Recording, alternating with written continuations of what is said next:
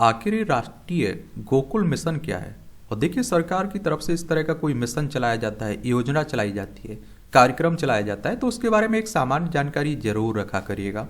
इससे आपके एग्जाम में क्वेश्चंस पूछे जाते हैं और मैं आप लोगों से इसीलिए तो कहता रहता हूँ कि आप लोग जिस भी एग्जाम की तैयारी कर रहे हैं उसके पुराने क्वेश्चंस पेपर और सिलेबस उठाकर जरूर देख लिया करिएगा। तो राष्ट्रीय गोकुल मिशन के बारे में एक सामान्य जानकारी हम लोग देख लेते हैं, जान लेते हैं।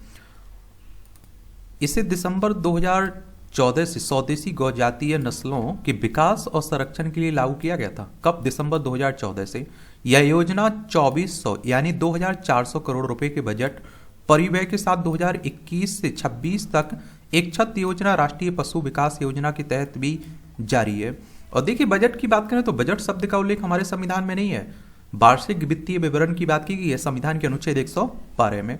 इसकी अगर आवश्यकता की बात करें तो पुंगनूर आंध्र प्रदेश जैसी स्वदेशी गौजातीय नस्लों की गिरावट से बहुमूल्य आनुवांशिक संसाधनों को खतरा है। ये नस्लें जलवायु के प्रति लचीली हैं और उच्च गुणवत्ता वाली दूध देती हैं और स्थानीय वातावरण के अनुकूल ढल जाती हैं, जिससे संरक्षण प्रयासों की आवश्यकता पर प्रकाश पड़ता है। इसके उद्देश्य की अगर हम लोग बात करें तो आप देखें कि राष्ट्रीय गोकुल मिशन का उद्देश्य गौजातीय उत्पादकता को बढ़ावा देना, उच्च गुणवत्ता वाले प्रजनन को बढ़ावा देना, कृत्रिम गर्भाधान यानी कि आर्टिफिशियल इंसेमिनेशन EI सेवाओं को मजबूत करना है।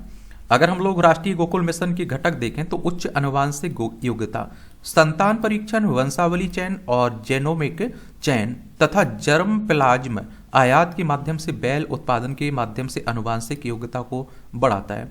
यह वीर केंद्रों को सुदृढ़ करता है और सुनिश्चित गर्भधारण के लिए इन विट्रो फर्टिलाइजेशन IVF प्रौद्योगिकी को क्रियान्वित करता है तथा पशुधन में आनुवांशिक सुधार हेतु नस्ल गुणन फार्मों की स्थापना करता है।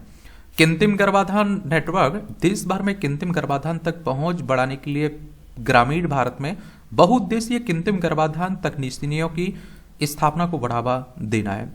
RGM डेटा प्रबंधन और सेवा वितरण में सुधार के लिए राष्ट्रीय डिजिटल पशुधन मिशन को क्रियान्वित भी करता है।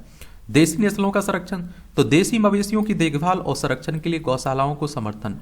कौशल विकास और जागरूकता, तो क्षमता निर्माण कार्यक्रमों के माध्यम से कौशल विकास पर ध्यान केंद्रित करना, किसानों में जागरूकता बढ़ाना और गौजातीय प्रजनन में अनुसंधान और नवाचार का समर्थन करना है।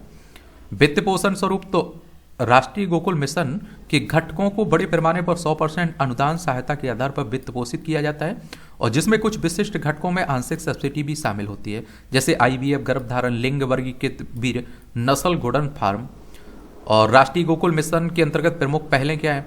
तो गोकुल ग्राम, देसी गाय देसी नस्लों के संवर्धन और संरक्षण के लिए गोकुल ग्राम कहलाते हैं। किसानों के लिए पुरस्कार, तो देसी मवेशियों पशुपालकों के लिए उत्कृष्ट प्रबंधन के लिए गोपाल रत्न पुरस्कार, कामधेनु पुरस्कार।